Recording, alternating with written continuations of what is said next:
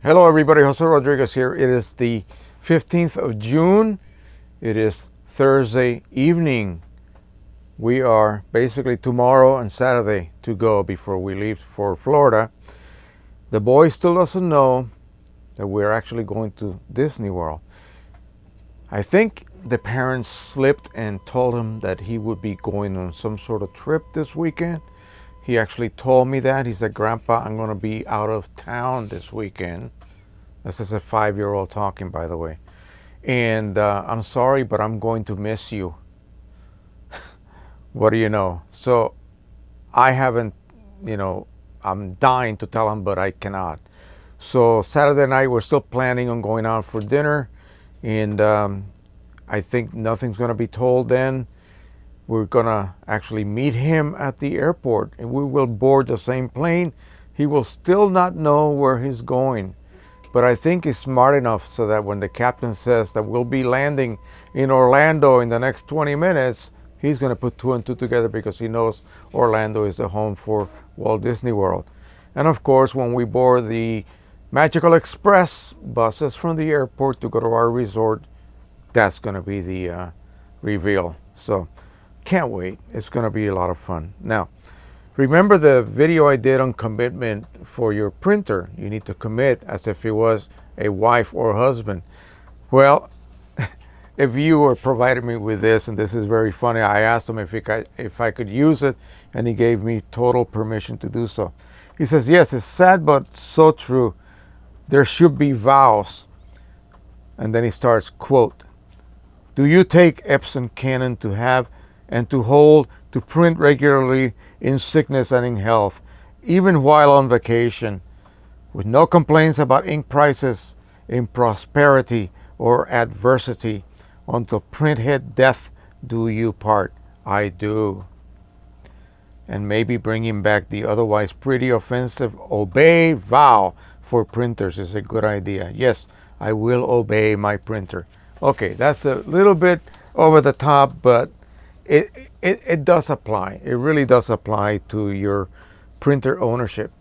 Especially nowadays, these printers are so sophisticated and relatively demanding of the owner. That person who brings home that puppy has to sign papers, has to qualify. Well, if that was the case for printer purchase, a lot of us would not qualify because we would say, oh, I'm not going to use it very often. I want to be able to get away with only printing once every 2 weeks or so. So yeah, that is what's happening now.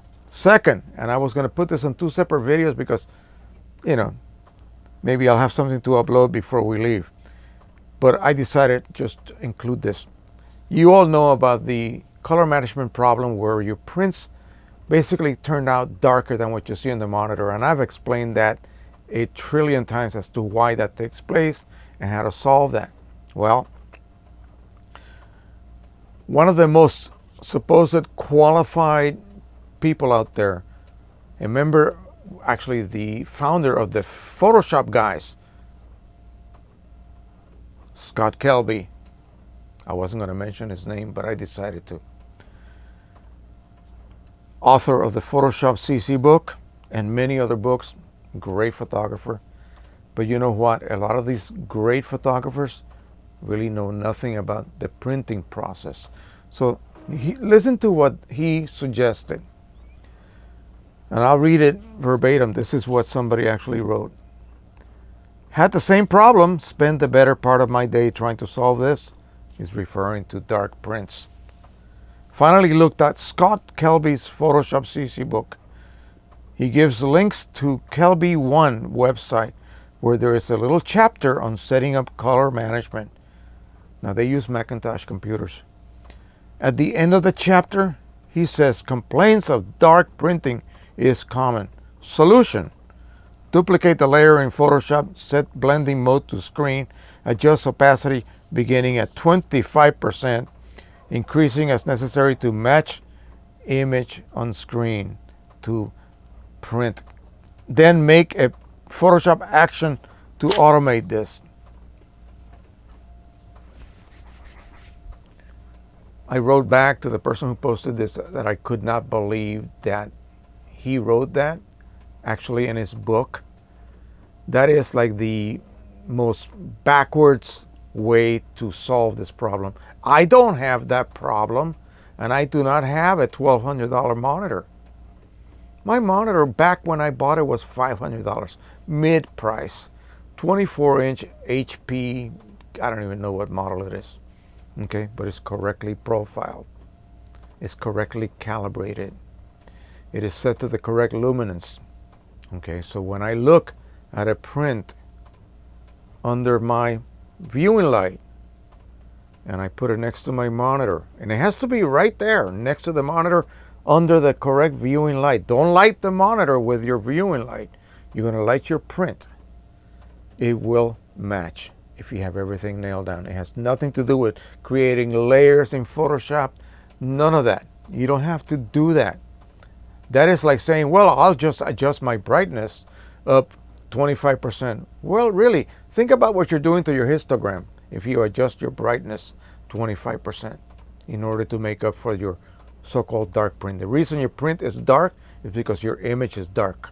You're sending a dark image to your printer. The reason it is dark is because you edited it down. Why? Because it is too bright on your monitor. So, of course, the natural thing to do is to bring down the brightness on your image, and therefore what you're sending to the printer is dark to begin with. Look at your histogram in Photoshop. If you use Photoshop, check out your histogram. That will tell you everything. If you have image detail, in other words, data from black all the way to the whitest portion, and your midtones are shifted correctly, you should have a pretty much complete histogram for a normal image. That means an image that contains normal brightness, dark, middles, and lights.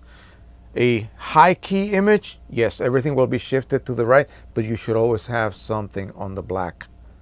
Okay, because you're supposed to set your black point and your white point. That way, everything else that falls in between, you can play around and shift so that you have a complete range of tones. All right, if you darken your image so that it looks correct on your bright monitor, then you're going to have everything shifted to the left on your histogram. And that's what's causing that so-called dark print. The print is dark because you're sending a dark image to it, period. You can argue till the cows come home. You can make excuses. You can make, adjustment layers. No, totally unnecessary. And I am shocked to the end that, a guy that I actually admire actually proposed that solution.